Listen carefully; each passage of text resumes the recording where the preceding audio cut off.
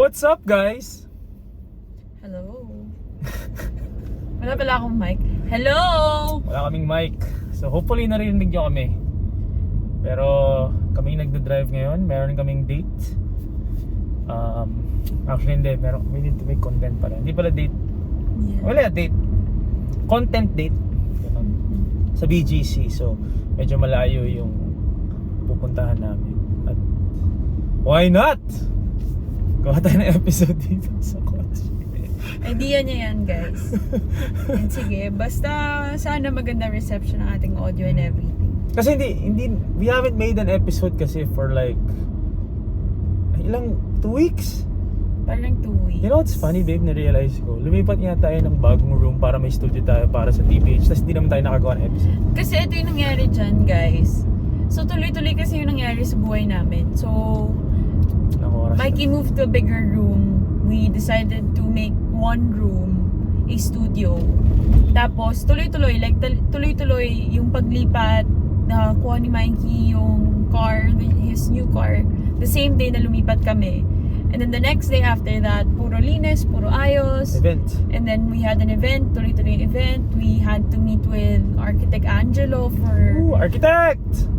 To fix the whole place. Architect Angelo Blay of Nuvion. So he's going to help us. He's actually a listener of TPH. So he's going to help us design and make our studio aesthetic. Tapos yung blinds. Blinds. Yeah, oo. May blinds din. Basta ang dami nangyari, guys. Basically, now is our only time, to be honest. Now we're free to make an episode. And then, we're supposed to do this pagka-uwi. But si Mikey, he had an idea na parang why can't we make one now? So, diba? Para lang maiba naman kasi wala lang, pupunta kami BGC so medyo malayo syempre, diba? So, I didn't want to rush home kasi kailangan gumawa ng episode. And usually pa, pag uwi namin or pag uwi ko, tapos pagsama niya sa akin sa studio kasi nakapark doon yung kotse niya. Wala lang kaming gana. So, siguro ilang times tayo na that was the plan to make an episode sa gabi pero hindi nangyayari. Yeah, kasi again, guys, the reason why we weren't able to to record episodes kasi nga tuloy-tuloy, like puro event siya, guys. As in last week puro event. This is our first event for this week. Yeah. Tapos meron pa on Friday. So by Friday naman, yung Friday episode, feeling ko baka sa studio na talaga kami magre-record. Ito bukas natin. Oo. So guys, I just want to say thank you to everyone who sent their congrats about the new car. Dun sa mga talagang nakikinig ng TBH, alam niyo that I manifested this the start of the year and I told myself I was gonna buy a new car. Alam ko, iba yung mga cars na tinitingnan ko dati. So there's this, so the kwento about the car lang, just so bago, habang naghahanap ng emailer si CK. So I was really planning on getting so the choices were, okay, so we couldn't get an SUV na malaki kasi yung parking namin sa condo medyo makitid yung daan pababa, so medyo napapraning ako and it's also not practical. Hindi practical kasi dalawang naman kami, diba? Wala naman kami pamilya, diba? So we wanted to get bigger than a sedan but smaller than an SUV, so subcompact yun, diba? So the choices were Corolla Cross, Honda HR-V, Kia Seltos, Tucson. Tapos, yun yung mga pinag-iisipan ko talaga. And I was so close na to buying those. Actually, there were moments na sure na ako dun sa isa, diba? There was a time sure na ako sa Cross. There was a time sure na ako sa HR-V. Tapos sa Seltos, sure na rin ako. There was a day na Tucson na tinitingnan ko. Because the Subaru to me was, it felt like it was out of reach. Yung price niya, yung ganda niya, diba, and all that. But then, you know, fate was super nice na kaya pala dinelay. Kaya pala walang stock yung ibang cars na pinagpipilian ko was because Subaru pala talaga yung mapupuntahan ko. So, shout out to Ate Mel, yung agent ko, na tinulungan ako kumuha. Ang bilis! Babe, sobrang bilis, guys. As in, anong araw yun? Saturday ako tumawag. Baka sakali lang ako na parang, ganyan. Tapos Sunday, nanood ako ng UAAP Juniors. And then I was like, may game ako ng gabi sa Smart sa PBA. Sabi ko, sige, daan muna ako sa Subaru Pasig. Check ko lang. Tapos yun, nag-reserve na ako noon. And then, exactly a week after,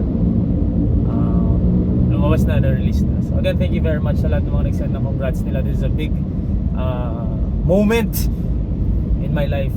Saka sa manifestation process ng mga hinihiling ko sa buhay ang pinagtatrabuhan natin sa buhay. Along with, of course, ano nangyari? No, kasi dumaan ka ng Okay. Along with, of course, yung room, di ba, nasa manifestation. Actually, update lang doon sa manifestation. Di ba ikaw din, may kinross out ka? Kasi alam mo na ngayon, o nasabi na ba natin? Really? Oo. Nasabi na natin. Okay. So yun, thank you lang talaga. And also sa lahat ng mga ang dami ngayon, guys. Ang daming nagpapagupit dahil sa kanya.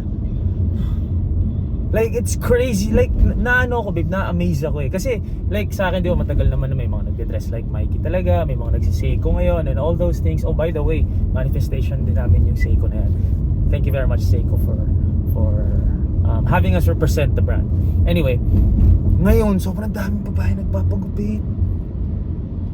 Sobrang dami. So, wala lang, kanina lang nag-gym ako, tapos na-realize ko. And then there was a time CK was like, wondering kung nakaka-influence pa talaga siya ng mga babae or ng mga tao in general. And hair is a big thing, especially for a girl, Yeah, like now, I'm very conscious about my hair because like I don't like the cut. But pero for a girl to cut her yeah, kasi like for a girl, hair is our crowning glory. It can make or break your outfit, your confidence, ganon. I will admit, like yesterday when I had my hair done, I was feeling so bad because it wasn't my usual cut, which is very, ito ka lang, baka humihin ka dyan. So I was hindi naman super disappointed, but like I was going to the same stylist. So sabi ko, medyo naiba lang talaga yung cut this time. Feeling ko naiksian lang namin ng konti, than the usual. But it's okay, like it'll grow again. Yun nga yung sinasabi ko sa, this is also something that I posted on my story, na I was over the post haircut anxiety or like the post haircut inis, because again, sa mga sissies ko out there, hair will grow back like in a month. Mahaba na ulit yan. So parang for me, I really appreciate those who also parang they tell me na parang nagme-message sila na, hey Sissy, nagpagupit na ako, and like kahit big risk siya, ganyan. And then they were also telling me na parang they would commit to having short hair, like aayusin din nila, ganyan. Kasi yun nga, like binibigyan ko din sila ng disclaimer, honestly, like my hair isn't like this all the time. Tumitikwas yan at the end of the day. So parang wala lang, like sobrang na-appreciate ko lang yung mga sissies ko na nagpapagupit and telling me na it's because of me, ganyan. So, tsaka ano, diba, the shorter, the higher the maintenance. Diba? Kasi sa kalbo ganun eh. Dati kalbo ko eh. Sobrang high maintenance ng kalbo. Kasi like every other week, kailangan nagpapagupit ka na. Unlike pag mas hindi mahaba naman. kalbo. Like sa short hair kasi, once na mas mataas na siya sa elbow mo. Elbow ba? Ay, elbow. Shoulder! Shoulder! Elbow. Once na mas mataas na siya sa shoulder mo, doon na siya nagiging high main. Kasi usually what happens is, pag mas mataas na sa shoulder, tumitikwas na yan, nagpa-fly away na yan. So parang yun nga, again, it depends on how you dry it out, if ipapatreat mo para lagi siyang bagsak, if i-blower mo, ganyan. Yun nga, may pros and cons yung short hair. Tsaka by the way, sobrang dami ngayong, I feel like nag-doble yung tao na nag-a-approach sa amin when we're out. Like, have you felt it recently? Na parang mas dumadami. And there was one time nasa SM Mega Mall kami, sobrang dami lumalapit, nagpi-picture, nag-show, nag-send some love sa amin, na sinasabi nila na nag-enjoy sila sa content namin. And pauwi nun, I told CK na parang pag social media kasi, like sa social media, diba, I've done YouTube for a while, Instagram, TikTok, basically they're only numbers, stats, followers, views, likes, tapos may mga profile, diba? Pero pag lumalabas kami, doon namin na-realize na, doon mo lang talaga napapansin na totoong tao yung mga yon at totoong tao yung mga nai-inspire kahit papano, na ginaganahan mag-manifest, or yun nga, yung damit or something, or yung buhok. So, sobrang nakakataba ng puso every time someone comes up to us.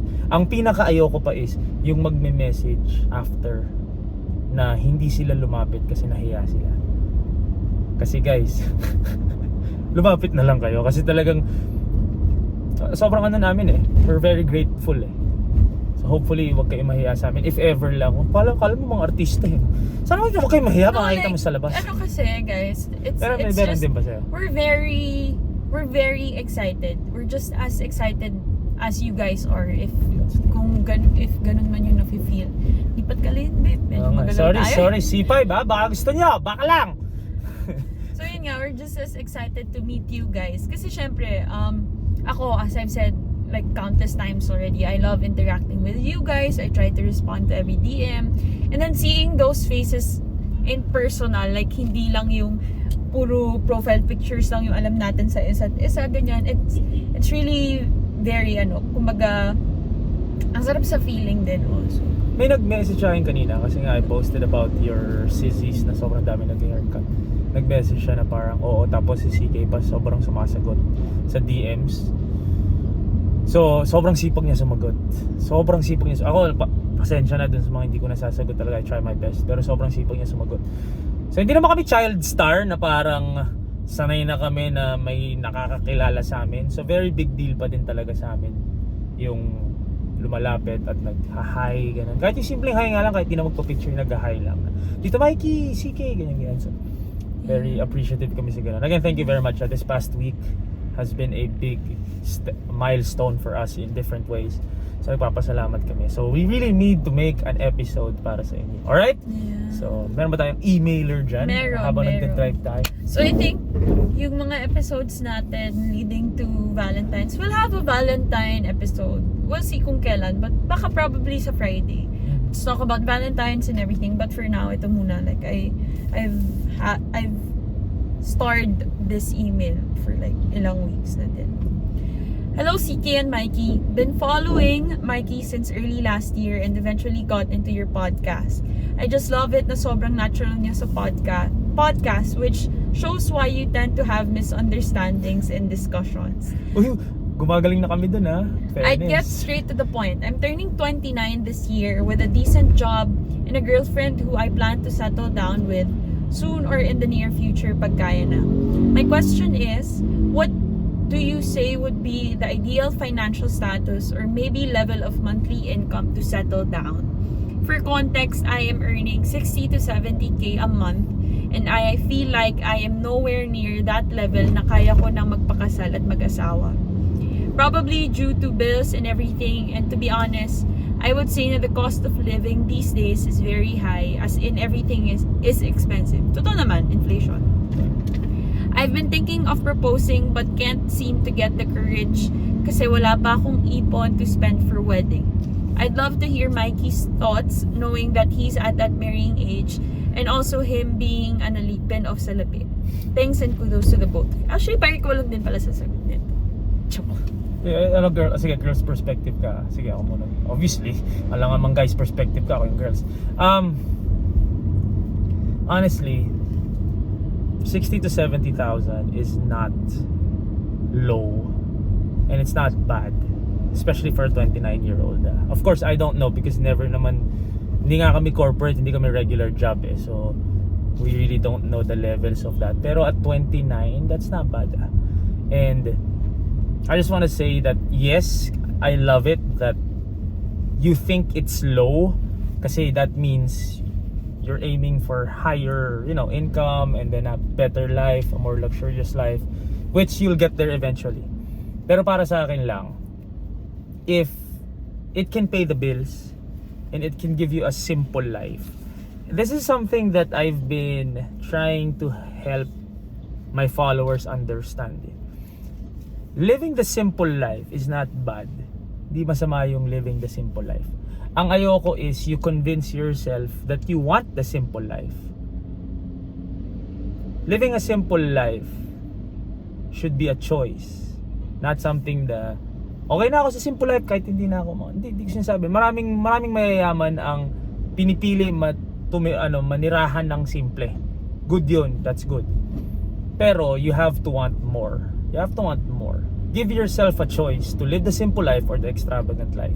So you keep on working. So I understand na anxious ka or whatever, but para sa akin, depende lang naman yan dun sa lifestyle mo eh. Live within your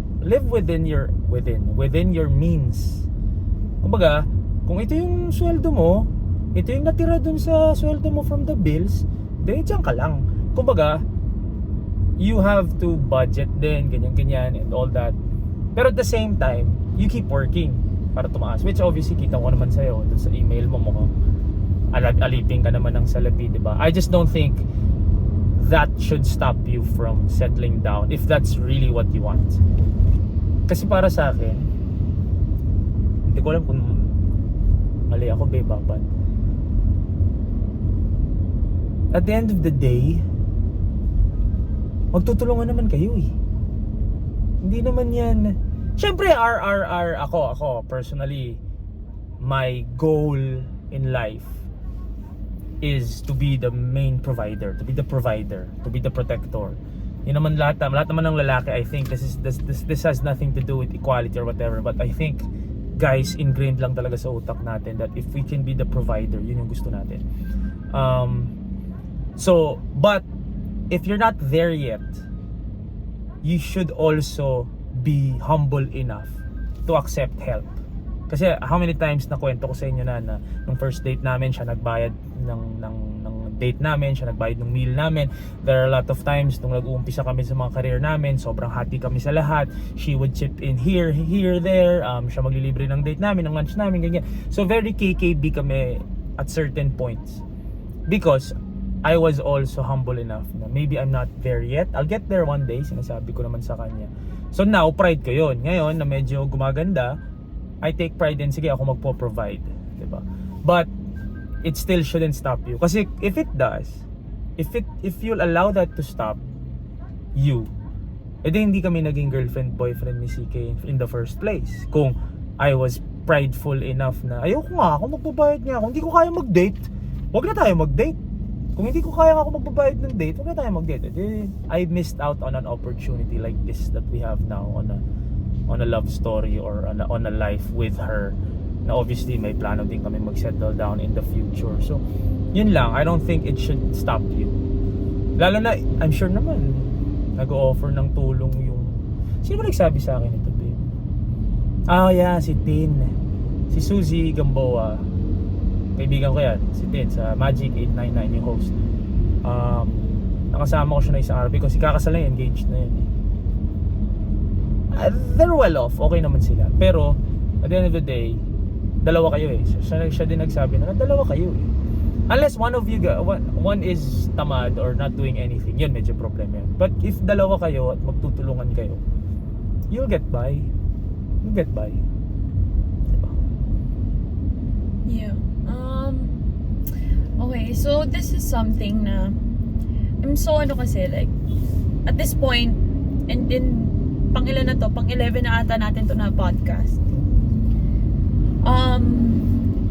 I will speak like as a woman na lang siguro kasi a lot of people would say na I'm too young to say something about certain topics, especially marriage, like 'di ba 22 ganyan, would listen to a 22-year-old talking about marriage. But as a 22-year-old and as a girl, this is how I see marriage eh. And this is how I believe people think, or sige for me na lang, this is how I think or yung perspective ko about marriage. You will marry the person kasi first you want to be together na, or you want to be a team already. You want to be in the same household, you want to raise a family, you want to do things together, and you want to build your life together. So tama si Mikey na honestly, like if we're going to look at the numbers, 60 to 70k a month is already big. And then if you try to, let's say if you try to calculate it with your expenses and then the girls' expenses, ganyan. Now naman kasi, I don't think na girls would, or lahat ng babae mag-expect na dapat pag asawa mo na 100%, lahat ng gastos ng babae babayaran ng lalaki. Hindi niya kinount yung sweldo ng babae. Yun nga, but kasi he's a guy, babe, and he has the same mindset as you, that he wants to be a provider, which we understand. Ganun talaga.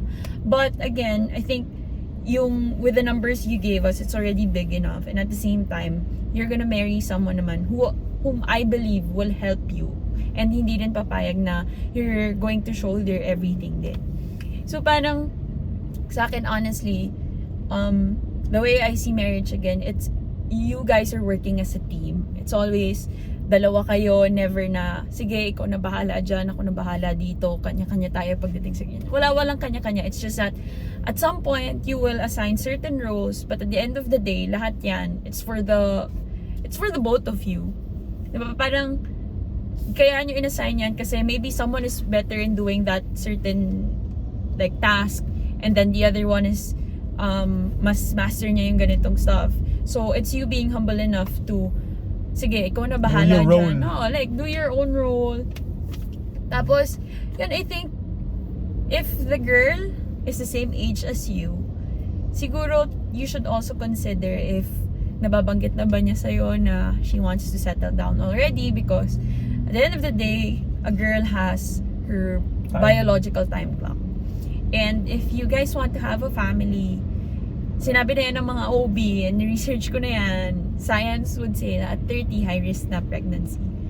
So parang, that's one of the reasons actually, bakit ang girl, kumbaga may time clock na hinahabol when it comes to marriage, when it comes to having kids. Kasi hindi naman yan, hindi yan parang, sige until 40 I can still have a baby. No, you're at risk na at 30, mahirap na magbuntis at 30. You're not just putting yourself at risk like the mom or the girl, you're putting your child at risk na din. So, hindi naman imposible. Oh, hindi imposible, but again, like madami naman, depende kasi yun eh, depende sa babae. Some girls would have PCOS, which makes it so hard for them to have a baby, yun yung mahirap, and then some are nasa genes yung talagang maselan magbuntis, ganyan-ganyan. So, I think they should also consider that, like her age, what she wants to, like her time frame for having a family. Kasi 'di ba, at the end of the day, parang it's not just you na naghahabol, meron ding siyang hinahabol. So, yeah, but again, like I think ito yun, baby. If you, yung mention mo, if you're wanting to have, diba, the good life, if you want to have that, you'll get there eventually. You'll get there, but if you're waiting to have the good life before you marry, like wala kang magiging, there will never be enough. Yeah. Parang walang enough na number kasi you're going to want to, parang, you're going to want kasi, more. Because it's the life that we try to, the extravagant life, the good life that we always talk about. It's a never-ending process eh. There really never is a point na sasabihin mo na okay na ako. Unless talaga matanda ka na. Pero money-wise, umakit lang naman yung expenses mo eh. There will come a time na gusto ko ng magagandang damit. There will come a time na gusto ko ng magagandang relo. Kaya ko na magkotse, kaya ko na magbahay, condo, ganyan. So, it will never end eh. So, para sa akin, anong iniintay mo din? I mean, as long as you're stable at may pumapasok every month, okay naman yung pumapasok, I think you should just go for it. I mean, among other factors, if that's the only factor, laban mo na kasi never naman sasabihin mo, pag nag 100,000 a month na ako, tsaka ako ikakasal. O pag abot mo ng 100,000 a month, umakyat yung lifestyle mo. Kumakain na kayo sa masarap. Diba? Nag-down ka ng magandang kotse, nagmamonthly ka. Di ganun din. If I were you, I think what we also need to understand is building a life together is obviously a two-way street. It's a two-man job. So, kami ni CK, we're not married. We're not even engaged. Of course, we have plans in the near future. But, yun ang mindset namin. Together na yung build natin. Let's build together, everything we do, everything we plan, everything we look into the future, together na. Diba, even yung financial, yung yung finances namin medyo together na din, di ba? So it's such a, kumbaga, the right time is always now. Kung talagang feeling mo na.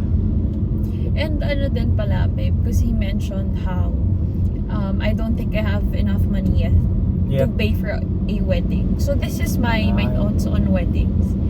A girl will always have their dream wedding, their fairy tale wedding, ganyan. But I believe that when a girl meets someone who she really, really, really loves, ano naman yan kumbaga, nag-a-adjust yung dream wedding. Because again, this is how I see like ako lang to. When you marry someone, you marry the person. You do not marry the ceremony. You do not marry the reception. The ring. You're not after the usual things that you kumbaga dream of. Like ganun talaga babae kami, we would love to have something na what we see in the movies, ganyan. But at the end of the day, yung pinaka-importante, I guess, and I believe for the girl is to marry the person. Yeah.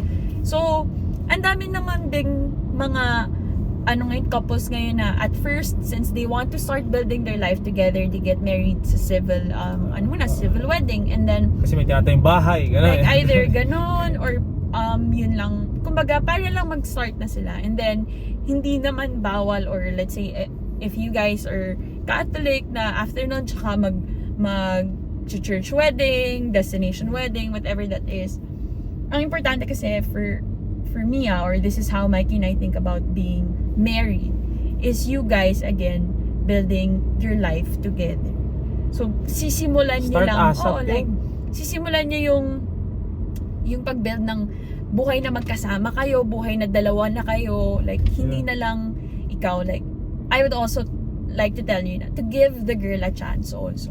Totoo yun. I think you should also consider the girl. Pride mo lang yun what if the girl nga naman says na hindi naman kailangan ng malaking wedding, gusto ko talaga ikasal, because at the end of the day, the marriage is what's important, not the wedding.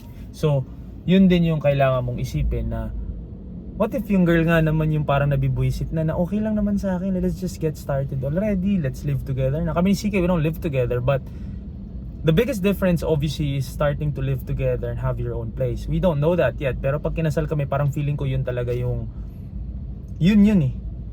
So it's a big deal na for girls. And if you're with the right girl, tama si CK, she shouldn't marry you for your income. She shouldn't marry you for what you can give her.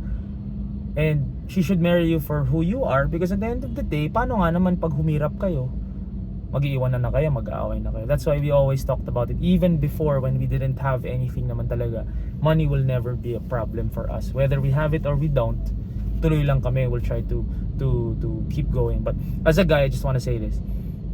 Totoo yun, provider. Sinabi ko kanina yun, I want to be a provider. I want to be the one to take care of everything. Which now, I always say thanks to the Lord na nandun ako sa point na yun na kaya ko mag-provide for the both of us. Maybe not as a third person yet, kasi ine-enjoy pa namin, but she also gives me a lot of confidence na if ever lang things go south for me, nandyan siya.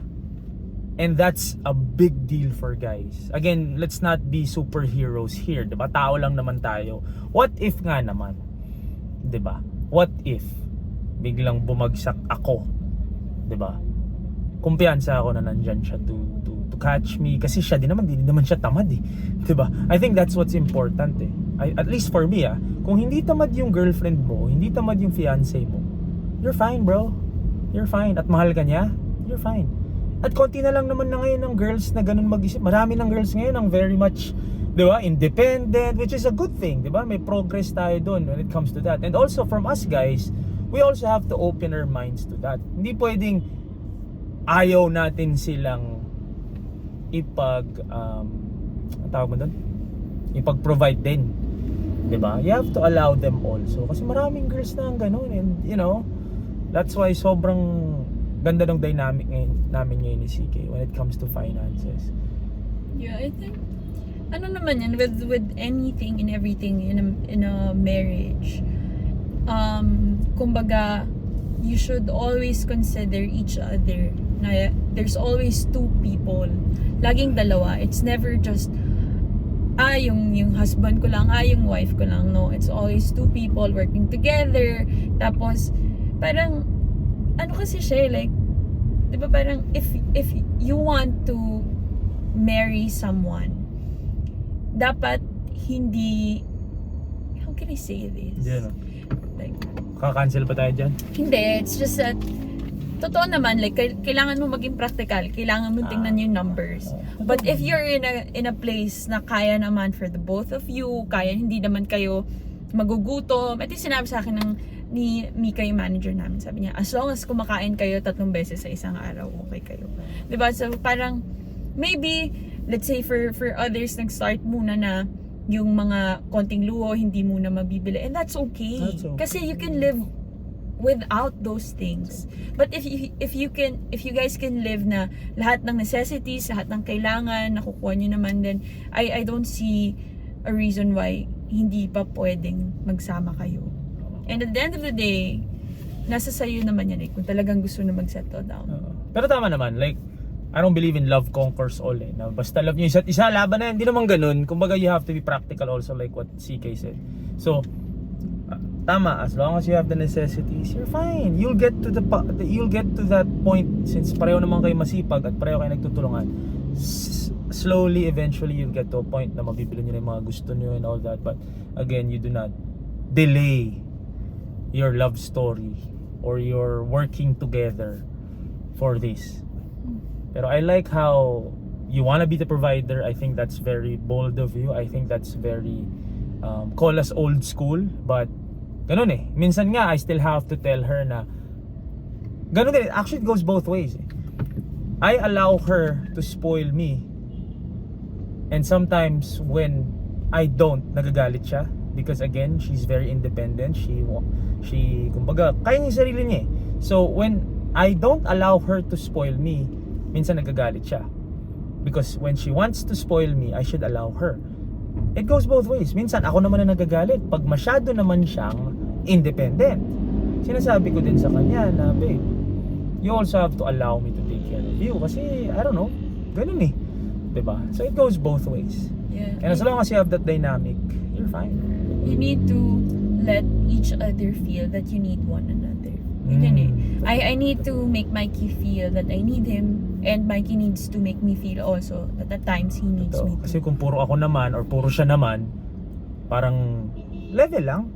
And also, obviously at this point in our lives, 10-year age gap kami, 32 ako, 22 siya. Obviously, kumbaga at this point in our careers, medyo nakakaangat ako ng konti.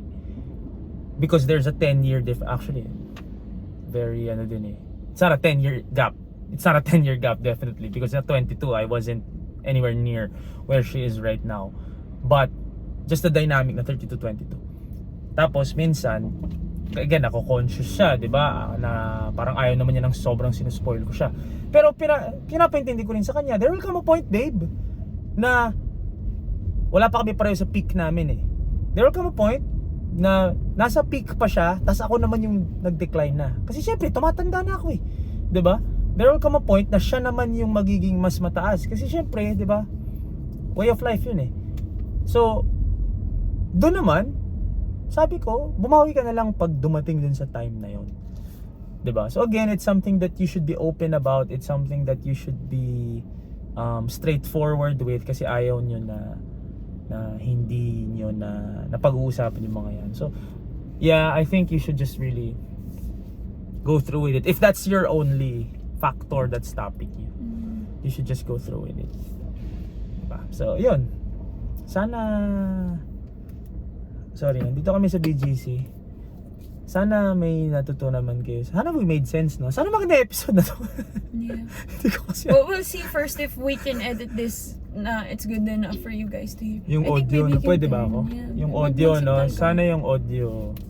Actually, audio lang naman yung concern ko eh. Pero other than that, yeah, we're good. Bababa na kami dun sa, dito kami sa Central Square. So, bababa na kami sa park, yung mawawalan ng ilaw, medyo gugulo. So, yeah, thank you very much again. Yeah. So, tuloy mo na yan, bro. Tuloy Yeah. mo na yan. Okay, that's it, guys. Again, if you guys have any stories, if you guys have any questions about love, life, whatever that is, email us at tbh.ckmikey@gmail.com, and then follow us in all of our socials, TikTok, Instagram, Facebook page. Please follow our Facebook pages. We're trying to grow that. Apparently, it's a thing now. So, thank you very much, guys, and hit us up on the comment section if we made sense, if this is a good enough also, guys, video. topic, hindi man topic, sige naman, topic suggestions about Valentine's, yun na lang yung mga, or questions about Valentine's, yun na lang yung sa next episode, all about Valentine's. Sa Friday. Yeah. So this is gonna come out Tuesday, it's a Monday today, so bukas i-upload lang namin to mamayang gabi. Sana this makes sense. Alright? Yeah. So guys, thank you very much. Have a good one. Kami magde-date muna at gagawa ng content para sa ibang mga bagay naman. Alright guys, bye!